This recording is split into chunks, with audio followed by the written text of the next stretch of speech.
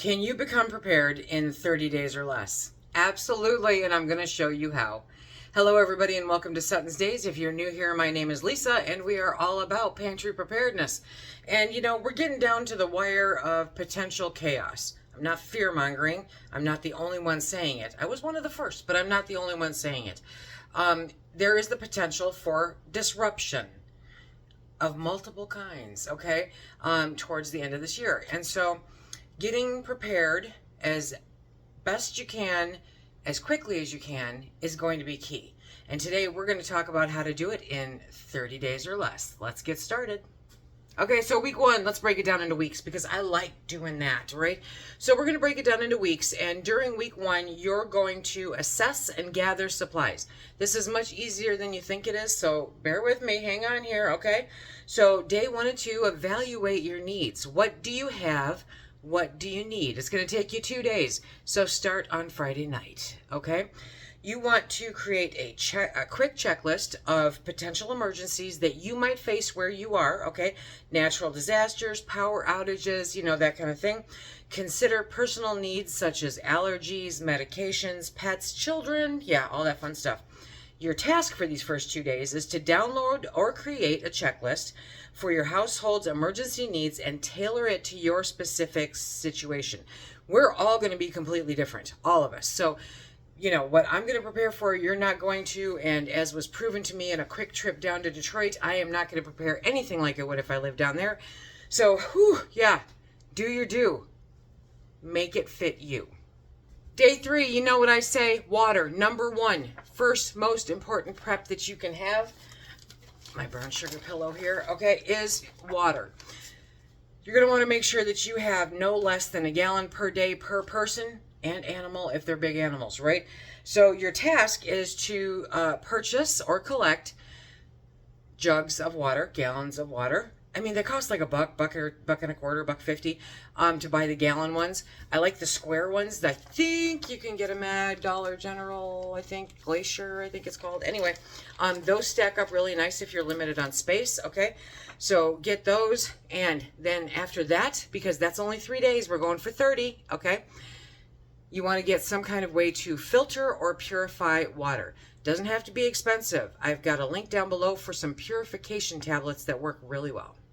Days 4 and 5, you're going to start gathering some food. Hunt and gather, my friends, hunt and gather. Okay, so example for this is to focus on non-perishable, easy to prepare foods such as canned goods, rice, ideally for up to 2 weeks.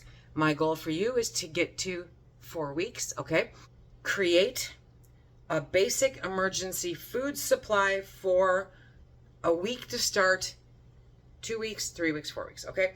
Buy some canned protein like tuna or chicken or sardines or Keystone beef or, you know, whatever the case may be.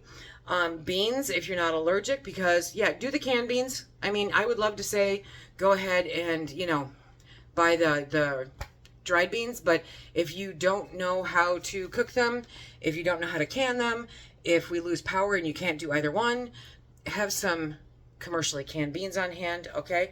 And then vegetables, some canned vegetables. Boof! That's all you need. So that was day 4 and 5. So day 6, we're going to work on first aid and medication, because those are important nowadays, since all of us have been eating all this fake food for so long that most of us are all dying from it. So ensure you have a comprehensive first aid kit. You don't need huge, okay, and enough prescription medication to last at least a week, preferably a little bit longer. As we move forward, okay, as we get closer, talk to your doctor, see if you can get, you know, a little extra. Build or buy a first aid kit. Stock over-the-counter medications like pain relievers, allergy meds, antiseptics. I'm not kidding you. Something for diarrhea. You need it. You know what I say, even if the poop hits the fan, you don't want to smell like it, right? So personal care and hygiene supplies. These are super simple to stock up on, you guys, okay? Soap, hand sanitizer, toilet paper. If you need a bidet, there's a link down below. Feminine hygiene products. Purchase a little bit extra to get you through another, you know, extra couple weeks or a month. I mean, it doesn't add up to a lot, you know? Week number 2, we're going to expand we're going, yeah, no, not the way that you think. We're going to expand on essentials and organize. Yes, we are. Because the first week, you're all about get it got, get it here, get ready. Okay, now we're going to focus on expanding the essentials that we have and organizing what we have. If you don't organize it, you have a whole bunch of chaos, and that doesn't help anybody at all, ever. So days 8 and 9, you're going to work on backup power, okay? Not everybody can have a generator. I don't recommend a generator for everyone. I like to think that there are ways to get through this without generators because they're loud and they attract attention. However, if you have one, great. Prepare for power outages by acquiring items like flashlights, batteries, solar chargers, some kind of backup power banks, okay? Buy extra batteries. You can never have too many batteries. Buy extra batteries and at least one portable charger or solar charger for powering your devices, okay? Day 10, we're going to focus on home safety. So assess your home security. Do a walk around. Prepare to reinforce it during emergencies. How can you reinforce it? Now, you folks in like hurricane areas, you have this down to a science, right? So you want to look at how you can reinforce your doors and your windows. If there's any kind of civil unrest, you know, it's important. Secure your doors, windows, add motion sensor lights. Ensure you have a fire extinguisher, smoke detector that are working. Make sure they work, okay? Days 11 and 12, personal defense and safety gear. This can take all kinds of forms, okay? But do your due however you can do, depending on your comfort level, right? Acquire self-defense items. Look at pepper spray. Look at non-lethal devices. You know, yeah. Anyway, stock up on self-defense items. You can stock up on them, okay? Personal alarms. Yeah, personal alarms, whistles, anything that makes a whole bunch of noise. Put them in accessible areas in your home. If you have children, put them up high. I shouldn't have to say that, but you know. Day 13 and 14, you're going to build an emergency binder. This is not brain surgery. It's really not. It doesn't have to be all fancy schmancy. It doesn't have to be all pretty, okay? It's a notebook. Put paper in it, okay? So gather important documents. IDs, insurance paper, medical records. Create digital backups on a USB drive, okay? Put all of that in your binder so that you can grab that binder if you have to. And we're on to week 3. You've got to be kidding. It can't be this easy. No, I swear to you, it's this easy, okay? So week 3 is to focus on communications and contingency plans. Now, what I'm going to suggest here is that don't get ahead of yourself. I'm going through 4 weeks worth of stuff. If you decide to do this, only focus on 1 week at a time. Don't think on to the next week, okay? Unless you finish this week super early. Focus in on it because you can go down a rabbit hole that will have you getting nothing done very, very quickly. So week 3 is focused on communication and contingency plans because nothing ever goes as planned, my friends, okay? Communication plan. Create a communication plan with your family, with your close friends that covers where to meet, how to contact each other, and out-of-town contacts. That's important. Write down and distribute the plan to all of said people, including alternative meeting points. Yes. Day 16. Yep. Get an emergency radio. You guys, I've shown you this. There's all kinds of them, but you know, the hand cranks, that's literally all you need, okay? So a battery powered or hand crank NOAA radio keeps you informed of weather emergencies and important alerts if the internet goes down. Links down below. Day 17 and 18 is your bug out bag. Take a look at it, go through it, inventory it, make sure everything is in there that you need. Make sure that every single person in the household has it. And if you have pets, make sure your pets have it too. If you have 2 small cats, they can share a bag. Day 19 is to map out your evacuation routes. This will take you a hot minute. Pull up Google Map, pull up Google Earth, take a look, you know, over the top of where you're at. Because you live there, you know what the congestion points are. You know what the most traveled routes are. Those are the ones that you don't want to go. So you want to find alternative ways to get around. Day number 20, talk to neighbors and form a community group. This is easier said than done. I get that. So do what you feel is best for your comfort level, okay? Collaborate with your neighbors. on an emergency preparedness plan, establish roles, share resources if you want, but it has to be at your comfort level, and don't assume that everybody's a good guy, because not everybody is, okay? So you'll figure out what works best for you. Now we're on to week 4. This is the fastest month of my life, I swear. Review, test, refine. That's what you got to do in week 4. You're going to review your insurance coverage, make sure that all of that's good, drive your insurance agent nuts, okay? That's what I'm doing right now. So ensure your home and health insurance policies cover potential emergencies like floods, earthquakes, civil unrest. Yeah. Day 23, test your plan. Remember that emergency plan I said to make?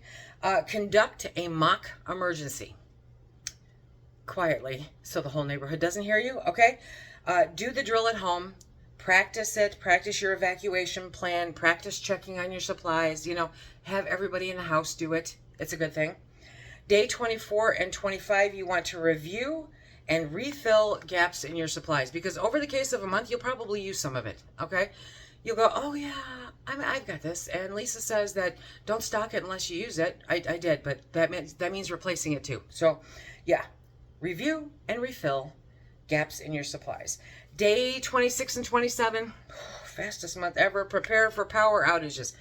If you blink wrong in my area, you're going to have a power outage. Pretty much a given. Anymore, it's a really great excuse for me to go to bed early, okay? But you want to ensure that you have everything that you need. Candles, matches, a safe heating option, because I am talking about the colder part of the year for us in the north, and extra blankets. If you have a pop-up tent for the living room for everyone to huddle in, we do put out a whole bunch of hot air. Yes, we do, okay? Day 28, make sure that you have some cash. I feel like I'm being repetitive, and but it's not a bad thing. So make sure you have some kind of cash, small denominations, okay? Scatter it all over your house. But in a major crisis, you're not going to be able to get any. Pets and special needs, yep. Make sure you have food, water, and any medications for your pets' needs, as well as items for infants, the elderly, and those with disabilities. Yes. I mean, if they're in your life, you should be preparing for them on their, level also. So yeah, do it. Okay. Day number 30, that's it. We're at the end of it. But you're not over yet. No, you're not. You're going to do a final review on day 30. You're going to reorganize if you have to, okay? Ensure that all of the supplies, documents, and plans are in place and accessible. Literally, make yourself a checklist and then go around and find everything. And then hand it off to the other person in your house and go, can you find them? Make adjustments if necessary. Make additions, whatever. Take a final inventory, reorganize as needed, and place your emergency kit and documents in easy-to-reach locations. Don't hide them. Don't hide them. In an emergency, you need to be able to grab and go, okay? So this 30-day plan, literally, you can do it in 30 days, ensures that you build a solid emergency preparedness foundation. That's a foundation. You're just getting started, but that's a good start, okay? Without feeling overwhelmed. You can break this down in 30 days and not feel overwhelmed and anxious and, oh, I can't do this. No, okay, you can do this. Anybody can do this.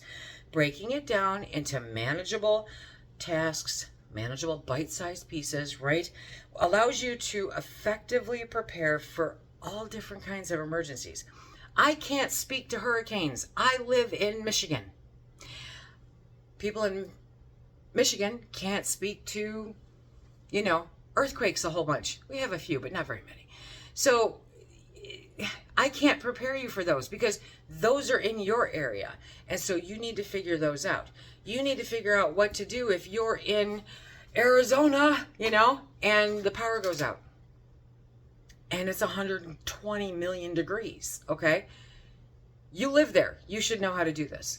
So take a look, take a deep dive, talk to other people in your area that can help you figure these things out.